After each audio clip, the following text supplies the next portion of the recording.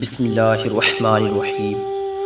آج سے تقریباً 100 سال بعد ہم اپنے اپنے دوستوں و رشتہ داروں سمیت زمین کے نیچے ہوں گے، مطلب دنیا سے روانہ ہو چکے ہوں گے اور قبروں میں دفن ہوں گے۔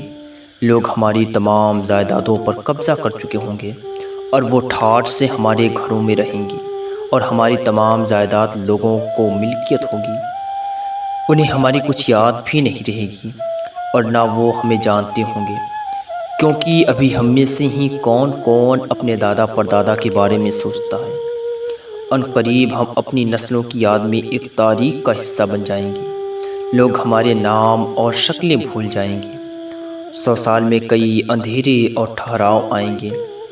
تب ہمیں احساس ہوگا کہ دنیا کتنی معمولی تھی اور زیادہ پا لینے کے خواب کتنے نادان تھے۔